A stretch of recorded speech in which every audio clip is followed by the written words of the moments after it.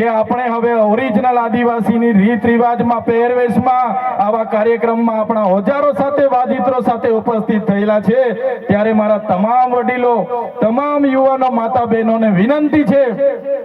કે આ કાર્યક્રમ એ સમાજનો કાર્યક્રમ છે અને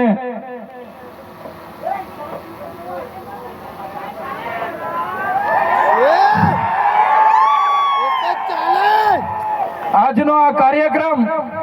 એ આપણી સમાજની તમે એકતા બતાવી છે। આજે ભાજપના નેતાઓને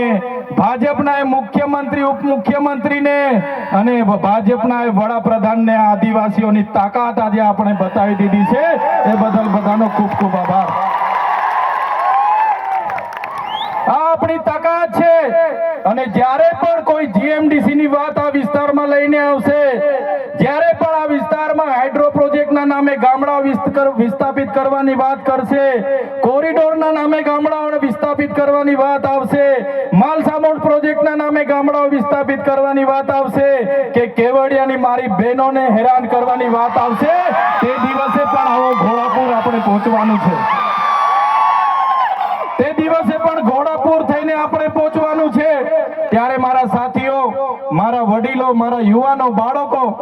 સૌ તમે પોતાના વિસ્તારમાંથી પોતાના રોટલા ખાઈને પોતાના ભાડે થઈને તમે અહીંયા પહોંચેલા છો ત્યારે આજ તમારો ભાવ આજ તમારા અમારા પ્રત્યેનો પ્રેમ આજ તમારો સહકાર અમારી તાકાત છે। આજે અનંતભાઈ અને હું જ્યારે આવડી મોટી સરકાર સામે લડતા હોય આ સરકાર પર પોલીસ છે આર્મી છે એમના કલેક્ટર છે એમના એસપી છે એમની કોર્ટો છે એમનું તંત્ર છે યંત્ર છે મંત્ર છે પણ અમારી સાથે અમારી જનતા છે એ લોકો અમને ક્યારે કાઢી નહીં શકે। સાથીઓ કોર્ટમાંથી હું છૂટીને આવ્યો અને આ પોલીસ એ ભાજપની પોલીસે ખોટા સોગંદનામા કર્યા અને સોગંદનામાના લીધે મને ડેડિયાપાડામાં આજે પ્રવેશ બંધી છે અને હું રાજપીપળા રેમ છું ત્યાં પણ કેટલાક પોલીસ અધિકારીઓને ભાજપના નેતાઓ કહે છે કે આને નર્મદામાંથી પણ બહાર કાઢો ત્યારે નેતાઓને હું કહેવા માંગુ છું તમે મને ડેડિયાપાડામાંથી બહાર કાઢશો તમે મને નર્મદામાંથી બહાર કાઢશો અમે અમારા લોકોના દિલમાં વસેલા છે ત્યાંથી ક્યારે બહાર નથી કાઢી શકવાના। અમે અમારા લોકોના દિલમાં વસેલા છે ત્યાંથી કોઈની તાકાત નથી કે અમને તેમાંથી બહાર કાઢી શકે। ત્યારે સાથીઓ હમણાં આપણો બધાનો વિરોધ જોઈને આપણી બધાની કામગીરી જોઈને આ લોકોએ હમણાં મંત્રીમંડળ બદલ્યું બધા મંત્રીઓને બદલી કાઢ્યા આપણા વિસ્તારમાં પણ 4 રબર સ્ટેમ્પ મંત્રીઓને રાખી દીધા છે ત્યારે આ સરકારને કહેવા માંગીએ છે ભેંસ दूध ओछું આપે તો ત્યારે ભેંસના ખીલા બદલવાથી दूध વધતું ભેંસ दूध ઓછું આપે એના ખીલા બદલવાથી ભેંસનું दूध વધતું આવનારા દિવસોમાં સરકારને કહીએ છે મંત્રીઓ બદલવાથી અમારો કોઈ વિકાસ થવાનો નથી 2027માં અમે સરકાર બદલી દેવાના છે બદલી દેશું ને આપણે તૈયાર છો બધા ત્યારે આ સરકારને ખબર પડશે કે સરકાર બદલવા વાળા આવી ગયા છે।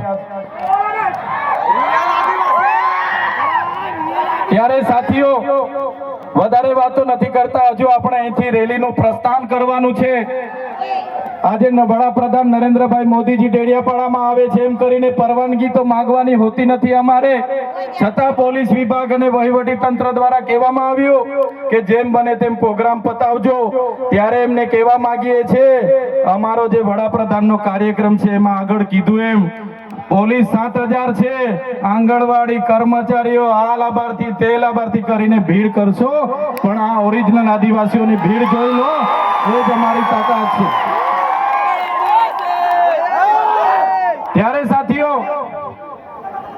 ભગવાન બિરસા મુંડાની જે ઉપદેશો હતા એમના જે વિચારો હતા એમણે પોતાનું 25 વર્ષમાં પોતાનું જીવન આપણા માટે સમર્પિત કરી દીધું। આપણે બધા એમના વિચારો ઉપદેશો એથી લઈને જઈશું આપણી અસ્મિતા બચે આપણી સંસ્કૃતિ બચે આપણા રૂઢિ પરંપરા બચે આપણા નૈતિક મૂલ્ય બચે એ સૌની જવાબદારી છે। સાથે સાથે ઘણા યુવા વર્ગ અહીંથી મને સાંભળે છે એ યુવા વર્ગને પણ હું અપીલ કરું છું તમારો આ સમય તમારો કેરિયર બનાવવાનો છે. વ્યસન અને ફેશનને હાલ પૂરતા સાઈડ પર મૂકી દેજો. તમારું પહેલા કેરિયર બનાવો, પછી આપણે આવનારા દિવસોમાં બધું જોઈ લઈશું. એટલે મારા તમામ સમાજના લોકોને અપીલ કરું છું, આ સરકાર આપણને ભણવા ના દે,